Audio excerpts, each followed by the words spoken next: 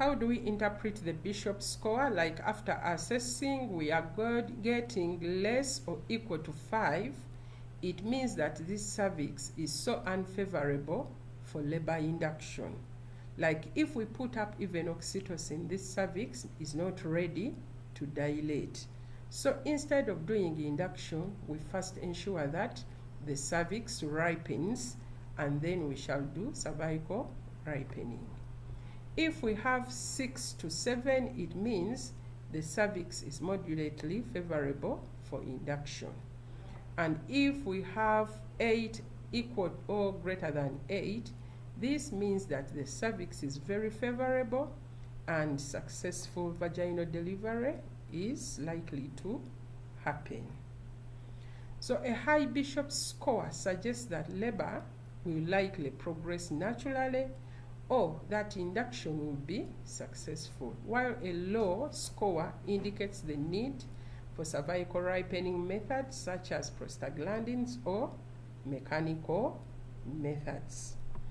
Now, after us assessing the Bishop score, and we are having a Bishop score which is less than 5, ideally we say less than 6. If we have a Bishop score less than 6, we are going to have the different methods by which we can do cervical ripening. And one method is by use of prostaglandins, and the commonest prostaglandins we have always talked about is misoprostol, and there is also another one called dinoprostone. All these are drugs in the prostaglandin category. And these drugs, their aim, they will help to soften the cervix. Remember, somewhere we say the consistency. Under the Bishop score, we are talking about the consistency of the cervix. Is it firm? Is it soft? Is it thick? So when we give misoprostol, this will help to soften the cervix. So it will change the consistency of the cervix. Or we can use what we call balloon catheter. So here what they do, they pass a catheter and balloon it and leave it there. This is a mechanical method. What happens when this catheter is in situ? It will irritate the cervix, and probably the cervix may start to dilate. Or we can go in and do the rupture of membranes, and after rupture of membranes, what happens? The head will descend and it will put pressure on the cervix, and therefore the cervix will dilate. And another method is called a membrane sweep. I don't know whether all of you have ever seen it, but when you go in the hospital, you can look at doctors putting the fingers and then they try to sweep. It is like they are peeling off the chorion membrane from the cervix. They take it round and round. If this is the cervix, the doctor will come in and try to sweep as they dilate the cervix. And at the end of the day, the cervix may become irritated and then start to dilate. So all those are methods of cervical ripening, of which when the cervix ripens, chances are too high that labor may start spontaneously. And if it has not started spontaneously, we can go on to induction. We can go on to oxytocin induction. And we shall only carry out oxytocin induction if we have a favorable cervix or after cervical ripening. So we cannot start up oxytocin when the cervix is not ripened, or when the cervix is not soft, or when the cervix is not ready. We cannot start oxytocin infusion. We only start oxytocin infusion when the cervix is ready for dilatation. So what do we do in oxytocin induction? In oxytocin induction, first of all, we shall carry out patient's assessment. And under this assessment, the key one is to assess the Bishop's score and any other maternal contraindications like we've talked above: contracted pelvis, malposition, all that. We rule out all those things. It means that we have an adequate pelvis, we have a normal baby lying cephalic, the Bishop's score is above 6, then we are sure that we can start up an oxytocin infusion.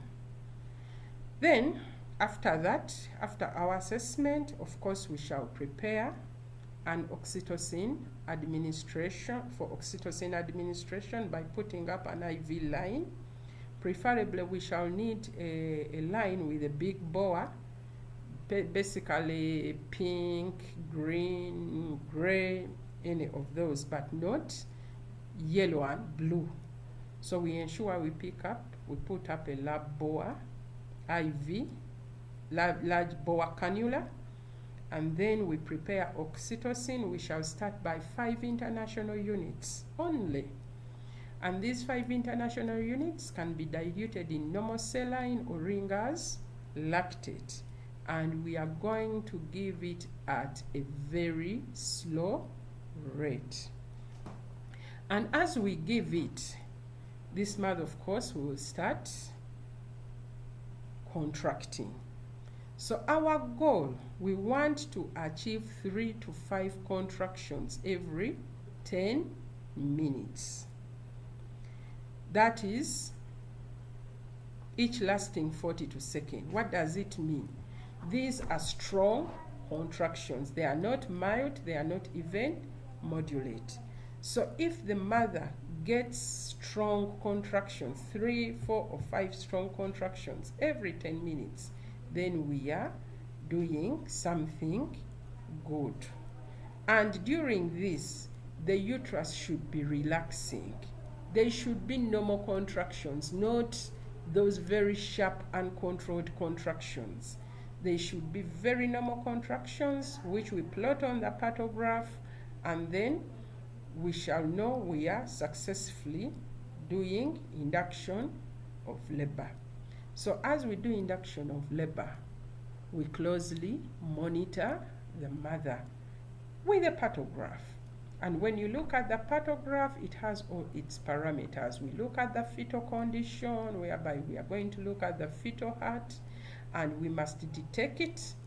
Fetal distress, that is below 120 and above 160. We shall be able to detect it as quickly as possible. We shall also look at the molding, the state of membranes, the liquor, etc. Then we come down and also look at the uterine contractions. As we said, that uterine contractions should be of normal range, lasting 40 to 60 seconds. If they are more than that, then that is overstimulation, which is very dangerous to our mother. Then we shall also continue to look at maternal vital signs, that is blood pressure, heart rate, pulse rate, temperature, to rule out maternal exhaustion or maternal distress. And we can also look at the progress of labor. We palpate, is the head, is the presenting part coming down, or it is at one station. So all these are key parameters for us to monitor induction of labor. So, when should we get worried? We are saying that our aim is to achieve 3 to 5 strong contractions in every 10 minutes, and this contraction should last between 40 to 60 seconds. But when can we need to stop abruptly? When these very strong contractions are lasting more than 60 seconds. It means the contractions are too high, and especially the mother may not be able to bear these contractions. So when we see this, immediately we stop the induction. When we monitor the fetal heart and the fetal heart rate is giving us evidence of fetal distress, automatically we stop. Maternal distress, remember we are monitoring all the parameters of fetal well-being and parameters of maternal well-being. That is the blood pressure, temperature, pulse, etc. When we have evidence of maternal distress, we abruptly stop.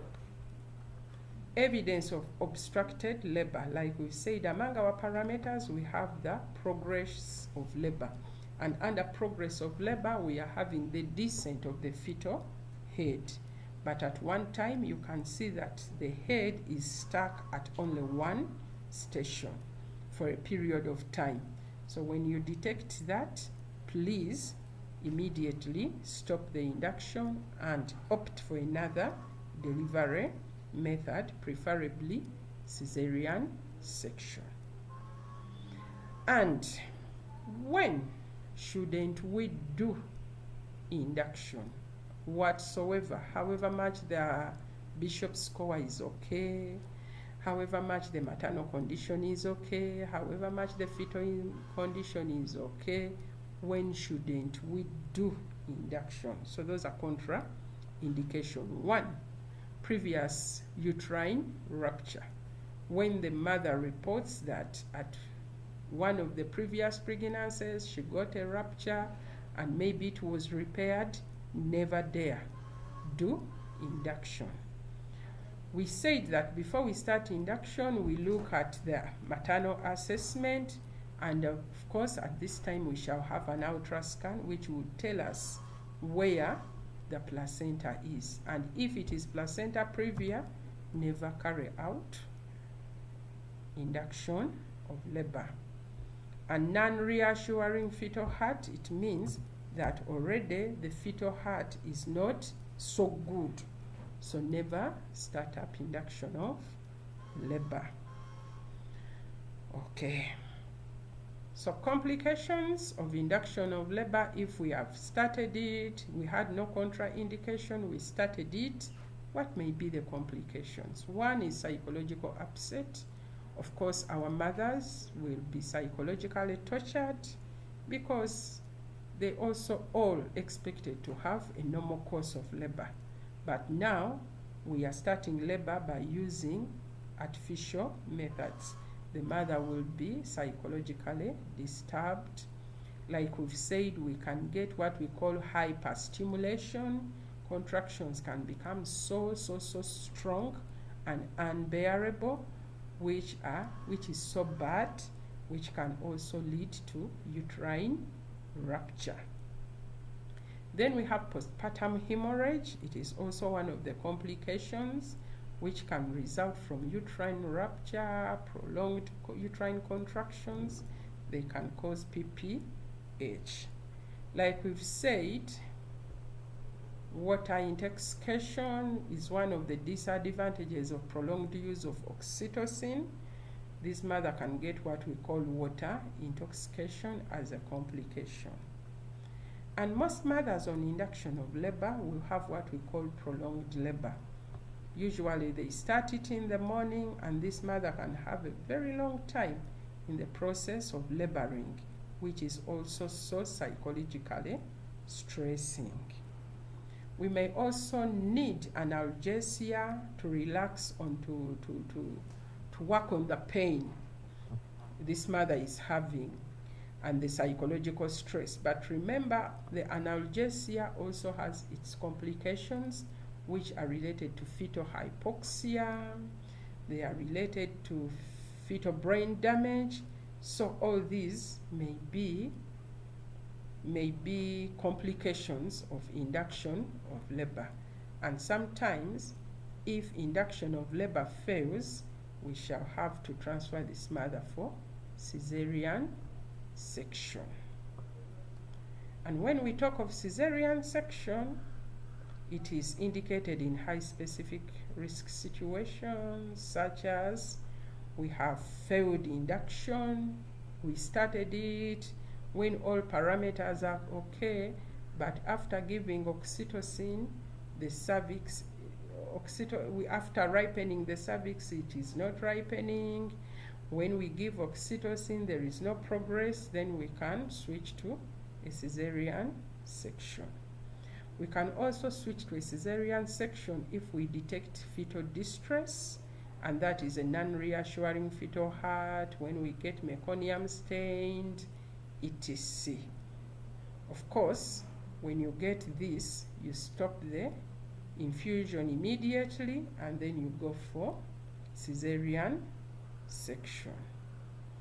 Then we can have a cephalopelvic disproportion, especially when we have a big baby, and this baby is estimated to be greater than 4.5 kilograms, especially in diabetic mothers. Please take this mother for cesarean section. Don't bear with her for induction of labor. So in brief, that is prolonged pregnancy plus its management. So in the brief I've said, what are our takeaways? What do we, in the whole scenario, what are the few things we should not forget?